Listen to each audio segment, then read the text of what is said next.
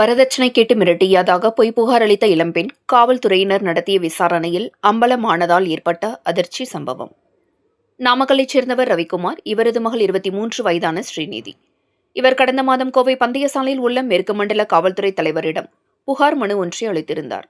அதில் நாமக்கல்லைச் சேர்ந்த பொன்னுசாமி என்பவரது மகன் குர்ஷாந்த் என்பவருக்கும் தனக்கும் கடந்த ஆண்டு நவம்பர் மாதம் 27ஆம் தேதி திருமணம் நடைபெற்றது எனவும், திருமணத்தின் போது எனது பெற்றோர்கள் தங்க நகை மற்றும் பல லட்சம் ரூபாய் ரொக்க பணம் வழங்கினர் எனவும், திருமணமான சில நாட்களிலேயே மேலும் வரதட்சணை கேட்டு தனது கணவர் மற்றும் அவரது குடும்பத்தார் தன்னை கொடுமைப்படுத்துவதாகவும், அதனைத் தொடர்ந்து கணவர் வீட்டிலிருந்து வெளியேறியதாகவும் புகார் மனுவில் குறிப்பிட்டிருந்தார். புகாரின் பேரில் நாமக்கல் அனைத்து மகளிர் போலீசார் ஸ்ரீநிதியின் கணவர் குர்ஷாந்த், அவரது தந்தை பொன்னுசாமி மற்றும் சகோதரர் நிஷாந்த் ஆகியோர் மீது வழக்கு பதிவு செய்து விசாரணை நடத்தினர்.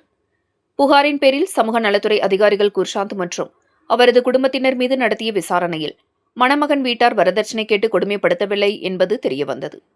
தொடர்ந்து சமூக நலத்துறை அதிகாரிகள் இதுகுறித்த விரிவான அறிக்கையை நாமக்கல் அனைத்து மகளிர் போலீசாரிடம் வழங்கினர்.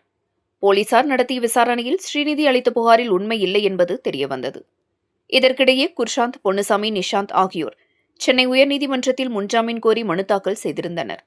மனுவை விசாரித்த நீதிபதி வரதட்சணை கேட்டு குர்ஷாந்த் உள்ளிட்டோர் கொடுமைப்படுத்தவில்லை என்பது உறுதி செய்யப்பட்டதால் முன்ஜாமீன் வழங்கி உத்தரவிட்டுள்ளார் என்பது குறிப்பிடத்தக்கது.